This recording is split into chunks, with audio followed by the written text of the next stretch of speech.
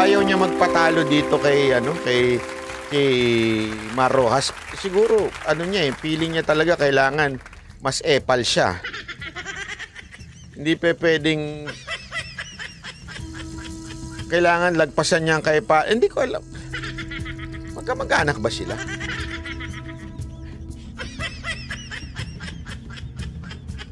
Hindi kasi natatawa ako may nag-post nito Kawawa nga naman yan. Bibihirang buhay to. Ay, nako.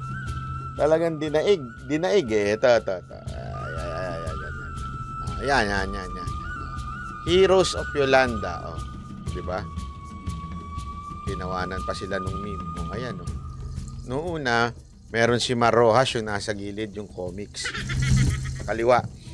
Ito naman kay, Tingog Party List. Ayun na naman si Romualdez naman.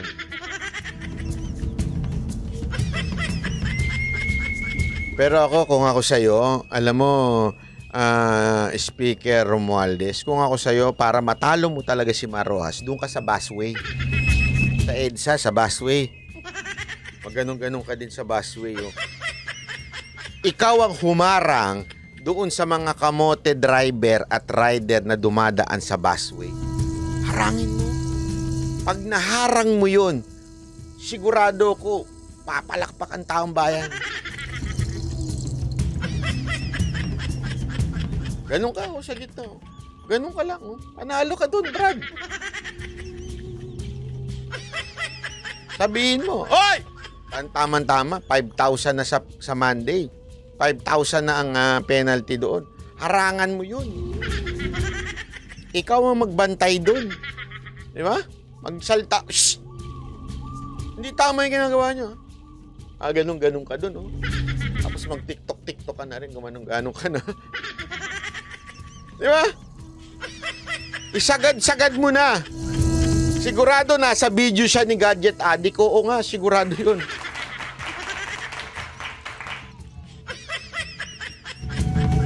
Speaking of that, kasi, eto na. Ganda nito. Walang dry run at agad ipapataw ang mas mataas na multa sa mga iligal na dumaraan sa EDSA busway simula sa Lunes. Ayon kay MMDA Chairman Romando Artes, maaga namang naanunsyo sa publiko ang implementasyon nito. Mula sa dating 1,000 piso, inakyat ng MMDA ang multa sa 5,000 hanggang 30,000 pesos. Naku. Pwede pang masuspinde o matanggal ang lisensya ng driver. Itinaas ang penalty dahil marami pa rin ang mga pasaway na dumaraan sa busway. Ang pwede lang kasing dumaan dyan ay ang city buses, ambulansya at government vehicles na rumeresponde sa emergency. Mga kapatid, Julius Babaw. Ayan paalala lang po Paalala lang po. Sa Monday, 5,000 na. Nako po. Ang saya-saya nito.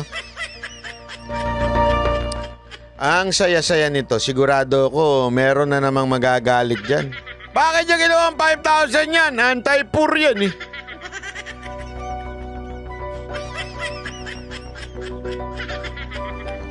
Sana lang. Kasi alam mo, totoo lang, ano naman kayo? Maging patas naman po kayo. Kasi kawawa naman yung mga pumipila. Kawawa naman yung natatraffic, nilalamangan nila. Di ba? Kawawa naman po. Wag naman po tayo gagawa na naman ng batas. Baka mamaya may magre-reklamo na naman sa Supreme Court niya. Sasabihin, itigil niya yan, anti-poor yan, it's against humanity. Kaya alam mo yung NCAP, ang ganda na nung NCAP di ba? Wala nang nun talagang hindi na sumusuway yung mga tao nun Kung ano pa yung maganda, tsaka pa talaga pinatanggal, Di ba? Paalala lang, Monday na po yan, So, Monday, sana po, sumunod na ho tayo at wag na ho tayong, sigurado ko, yung mga bus driver at tuwan-tuwa. Yung mga bus driver, praning din yan, Pag may papasok na motor, talaga malayo pala. Busina na sila,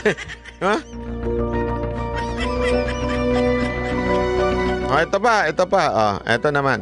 Dahil nga doon sa Yolanda speaking of Yolanda, balik muna tayo doon sa Yolanda. Kanina gusto ko lang binati ni Pangulong Marcos etong si Senator Tolentino. Sinama doon sa sa celebration o paggugunita ng mga bayani. Sandali, eto kasi maganda ito ha. Bakit kanyo? Kasi doon sa mga video niya, pinasalamatan niya. Tandaan ninyo, maraming mga tumulong noon. Hindi naman kasalanan ng mga organization na tumulong sa atin at hindi natulungan yung mga... Kasi may mga politikong ng bulsa doon sa mga aid na pinadala sa kanila. Okay? Meron naman talaga mga politikong binulsa. Pero wag naman natin sisihin yung mga tumulong, 'di ba, na mga grupo. Hindi naman nila kasalanan kung binulsa ng mga politiko yung tulong nila. Pero kanina somehow, I don't wanna call it celebration, pero pinasalamatan ni Pangulong Marcos yung mga organisasyon. Nandun kanina. At isa sa pinasalamatan niya nga po ay si Senator Tolentino. At na dati, MMDA. Ito ho, ang ganda nung sinabi ni Marcos kay Tolentino. The onset of the worst effects of climate change. Andito rin ngayon, Senator Francis Tolentino, kailangan po natin batiin dahil MMDA siya. Metro Manila Development Authority, napakalayo po. He was far away. But the first heavy equipment that arrived in Tacloban was the MMDA heavy equipment. Nanguna pa sila sa lahat ng ibang government agencies. Kaya karapat-dapat na nandito siya. Nakasama natin na tumutulong dito. Andito rin si then Secretary Mark Villar. Ayan. So, ayan, pinasalamatan nga si Senator Tolentino. Kasi tama nga naman. Noong time na yun, kahit malayo ang MMDA, diyan no, nasubukan si Tolentino noon eh. Yung pag-handle niya ng MMDA, na magaling talaga. Kasi magaling mo sa response etong si Tolentino. Kaya nung panahon ni Pangulong Duterte, yan ang ginamit niya. Naalala ko noon eh, yun na nagkaroon ng problema sa Tagaytay, sa iba't ibang lugar. Si Tolentino ho ang laging ina-assign ni Pangulong Duterte na ayusin yung mga kailangang relief, kailangan siyang tinotoka. Ito, hindi ho ito masyadong naipalabas sa media. Pero alam nyo ba na every time na may problema, may disaster, ang pinadadala niya po ay si Senator Tolentino. Kasi may tiwala si Pangulong Duterte sa kanya at talagang masipag ho kasi yung mama talaga. Trabaho lang. At yun na nga, nakita natin yan during the Yolanda. Number 1 na tumulong, nagdala ng mga heavy equipment noon ay ang MMDA na nasa ilalim ni Senator Tolentino. Ayan o ang mga tipo ng tahimik magtrabaho at hindi ho yung tipo ng katulad ng isang speaker dyan. Kailangan nakapaskil yung pagmumukha lagi. Hindi, totoo ha. Totoo po yun. Ito si Senator Tolentino. Kita nyo, hindi nga lumabas yung pangalan niya noon eh. Kaya ako pinupuri itong mama na to. Ito walang biro ito dahil alam ko na kay Pangulong Duterte, ito yung tipo ng tulong. Tulong talaga. Hindi yung pagka tutulong ko, kailangan yung pagbumukha ko nandyan ha. Hindi ganun. Kailangan may nakalagay dyan MR. Ay hindi, Tolentino. Walang ganun, di ba? Nakakatuwa ho ito si Senator Tolentino. At sana tuloy-tuloy lang. Ako, I'm hoping, ito siya sa talagang masasabi kong isa sa listahan ko ito pagdating sa Senado. Sana maibalik ko siya. Kasi nakikita ko yung mga survey.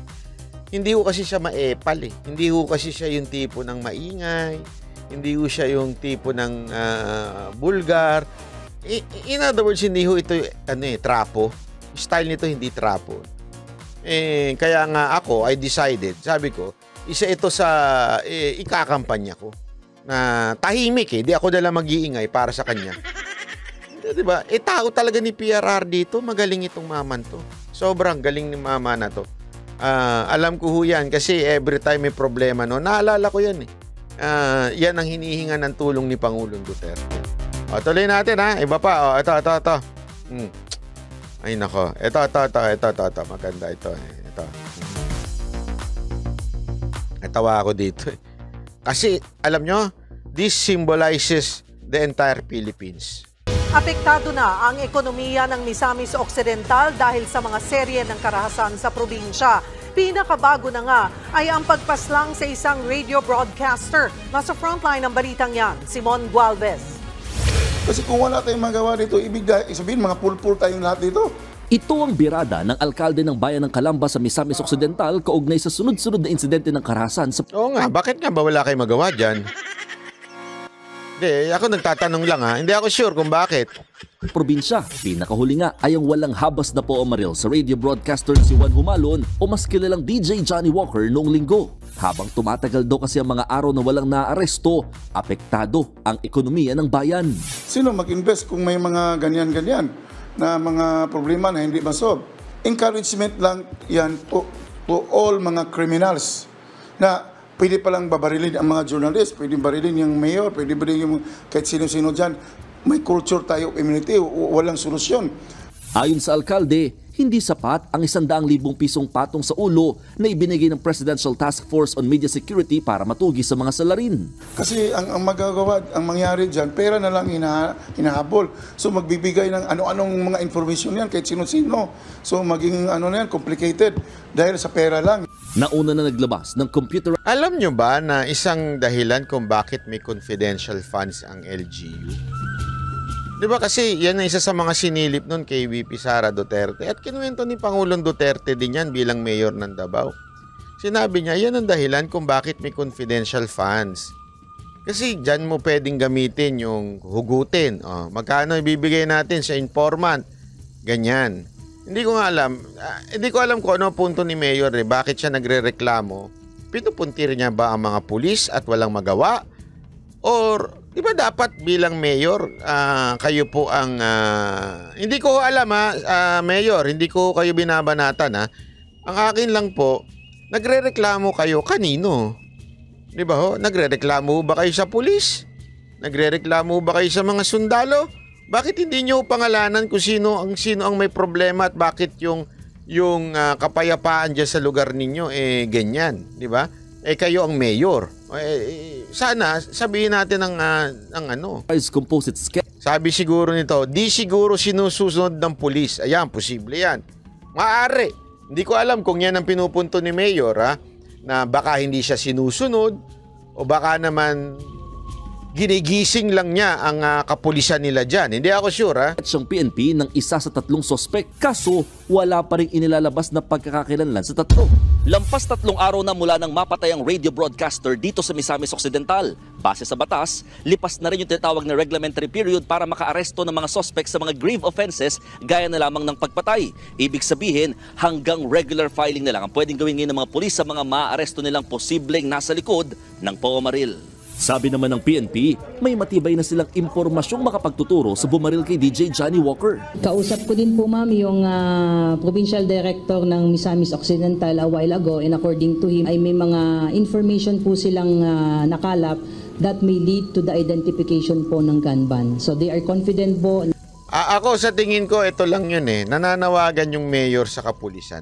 Feeling ko lang naman, hindi lang niya siguro madirect na yung pulis, 'di ba, ng Misamis. Sana yung kapulisan po natin, hello, galaw-galaw minsan. Hindi, minsan baka naman hindi natin alam kung ano yung kwento. Sana magsalita din po yung chief ng Misamis kung bakit ganyan, 'di ba po? Kung yung mayor nagrereklamo na, abay may konting problema. Bakit to? Sana ho mag-usap kayo, mayor at saka yung chief diyan. Mag-usap po kayo, magkaroon kayo. Kasi pwede naman meron naman kahit papaanong hindi man totally kasi tinanggal na sa mayor ang ang power ng police. Kasi national nga daw ho yun. Pero kahit papaano, meron kayong meron kayong kapangyarihan in a way kasi kayo ang mayor diyan na maaari ninyong pakiusapan, dagdagan ng budget. Minsan kasi ganun lang naman din hindi ko sinasabi mukhang pera yung chief of police nila dyan Kaya lang, minsan pag hindi kaya, dahil kulang sa gamit, alam nyo, ganyan ang yan ang eksena sa Pilipinas. Meron ako nakausap na may mga kaibigan akong pulis na ganyan. Lagi nila sinasabi, alam mo kasi, sa mga city quarters, sabihin, hindi yung national. Mare, city of ganito, nandito yung police. minsan talaga kulang. Kulang ang pulis. Minsan sinisisi nila yung, hindi ko na lang papangalanan na, yung national na headquarters na hindi sapat yung pulis nila. Kaya tuloy, yung pag-ikot ng pulis, ibig sabihin yung para makita dun sa city, kulang. Tapos, yung budget, kulang-kulang pa, mahina pa. Ako bilang mayor, dapat magkusa na lang tayo. Diba? Magkusa tayo, dagdagan natin, bigyan natin ng patrol cars, o kung hindi man patrol cars, mga motor, para sila ho'y nakaka-function. Kasi minsan talagang kulang resources ng national government. Yung national police, kulang ang resources nila. Hindi nila kayang ponduhan lalo na sa mga probinsya. That's why napaka-importante ng mayor ng local government. Ponduhan ninyo, tulungan nyo na lang. Instead, ako suggestion ko dito sa mayor ninyo, tapos dyan sa police dyan, kesa na magsisihan kayo, maganda siguro magtulungan na lang kayo. Mag-usap na lang kayo. O kaya, ilapit nyo kay Remulla. Kasi kay Remulla, kinabukasan, case close kagad yan. Basta sabihin nyo lang kung ano magiging benefit nun kay Remulla. Pag may benefit para sa kanya, case close yan, bukas na bukas din. Ayan, tama ka dyan, Garski. Tapos, binawasan pa ang budget ng pulis, yung kanilang pensyon. Kaya talaga nga namang ang punto ni Mayor, pera na lang lagi ang katapat para mahuli ang suspect. Umaasa na lang lahat sa reward. Pag walang reward, di gagalaw ang kapulisan at taong bayan para mahuli. Wala tayong magagawa. Money speaks. Minsan kailangan tanggapin yun. Yung pera. Kasi remember, whatever reason, etong hired, nakalaban na gunmen, hired. Ibig sabihin po ng hired, they were paid. Tama, mali. Kaya nga hired Ibig sabihin po, minsan kailangan din, ang pantapat dyan, pera din. Para mahuli. Kaya naman nahuhuli, minsan or kadalasan yung reward Taasan mo yung reward. Yung mga sila-sila, maglalaglagan. Diba? Bakit to? Dahil sa reward. Ganun talaga Hindi mo pwedeng labanan yun. Tanggapin natin yun. Diba? Ganun talaga Kasi, wala naman po tayo magagawa. Kung yung iba nating kababayan, bago gumalaw, kailangan ng pera. Ganun talaga kung kukontrahin natin yun, maninindigan tayo na, hindi, gawin nyo yung responsibilidad nyo bilang Pilipino. Wala mangyayari dyan. Hindi kasi, walang biro ito. Minsan, nahuhuli naman yan, alam nyo kung sino naglalaglag. Yung din kapwa nila, mga kasamahan nila. Naglalaglag sa kanila. Bakit? May pera Tandaan ninyo, napasok sila sa negosyong ganyan because of money. Di ba?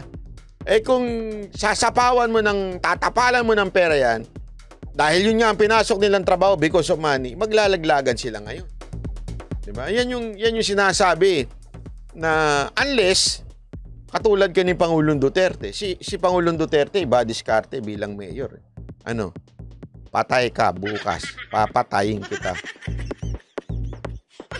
Hindi, yun ang sinabi niya. Kaya naglaglagan yung mga pulis na tiwali, naglaglagan yung mga middleman. Bakit? Sinabi ni Pangulong Duterte, papatayin kita. So, yung mga tiwaling pulis, nilaglag nila yung mga tauhan nila na, papatayin pala kami pag nalaman na kami ang nagpoprotekta. O sige, patayin na lang namin yung mga dealer namin. O, di naglaglagan sila. Diba? Kailangan mong gamitan ng ng chess move ika nga. Kailangan mong gamitan sila ng paano mo mape-persuade na maglaglagan tong mga kriminal. Tandaan nyo, itong mga kriminal, wala hong wala hong prinsipyo yan. Wala ho silang, kaya nga ho sila pumayag. Kaya nga nila nilulunok yung trabaho nila na gumawa ng masama. It's because of pera, di ba? Yun nga lang, kakaiba si Pangulong Duterte. Salita lang. Umayos kayo dito. Hindi kasi, alam mo, we can learn a lot from PRRD bilang mayor ng Davao. Tandaan nyo, Davao City, nung tinungtungan ni Pangulong Duterte yan, sabi ng mga kakilala ko dyan, na mga matatanda, ay kaliwat kanan ng patayan daw dyan sa Davao City noon. Grabe daw yan. Ang gulo daw dyan dati bago mag-mayor si Pangulong Duterte. Pero nung nag-mayor si Pangulong Duterte, ayun, marami uling patay. Yun nga lang, yung mga patay, yung mga ano na, mga kriminal na. At talagang, wala ko sinasabi dito ha, wala ko ini-imply. Pero yung mga kriminal, pag napatay sila, nasa karsada sila. Talagang idini-display pa sila sa karsada. O ito, kriminal ito. O ito, magnanakaw ito. Ito, hired killer to. Naka-display sila, patay sa kalsada. O. Kaya, hindi, ganun ang ginawa. Hindi ko sinasabing si Pangulong Duterte gumawa nila. Pero alam nyo na. Basta nung tumungtong si Pangulong Duterte dyan, ang mga namamatay na, hindi na yung mga inosente, yung mga kriminal na. At dinidisplay sa karsada. Kaya natakot talaga yung mga kriminal doon. Nagsilayasan doon. Kami, layas lang kami dito. Ganun doon eh. Yun ang kwento sa akin ng mga tao doon eh. Nung dumating daw si Pangulong Duterte, talagang nakadisplay sa labas, sa kalsada yung mga mamamatay tao. Yung mga kriminal, mga snatcher. Talaga daw, tigok daw, kinabukasan. Tapos nasa kalsada. Kaya mula noon, kaya nga 'di ba na chismis si Pangulong Duterte na may death squad.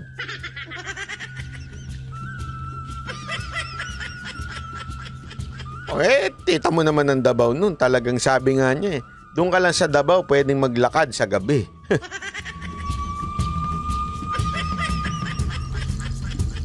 Which is kahit papaano, nagawa din niya nung sa naging pangulo siya. Alam naman natin yan. Alam natin na talagang bumagsak ang krimen. Kasi maraming factor yon. Nawala yung droga, nawala yung...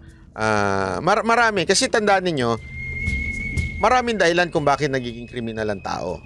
Bakit pumapatay ang tao, bakit nag-i-snatch. Una, medyo kahirapan. Pag humirap, yan. Pangalawa, pag tumindi ang droga, naku po, yan. Talaga dyan ang mga factor. Nung panahon ni Pangulong Duterte, kahit papaano, droga, bumagsak talaga. Hindi man totaling nawala, pero bumagsak. Diba? Kahirapan, ganun din. Hindi man totaling nawala, pero ang tema kasi nun, comfortable life eh. Kahit papaano, nabibigyan ng trabaho. Ang tindi nga nun eh. Dahil amidst the pandemic, doon pandemic, yun talaga humirap. Pero nung bumalik na, bumalik yung sigla eh. Ganun katindi nun eh. Di ba? Kahit papaano. Sugal, oo. Yun na. Sama-sama na yun. Ngayon, wala talaga tayong makikitang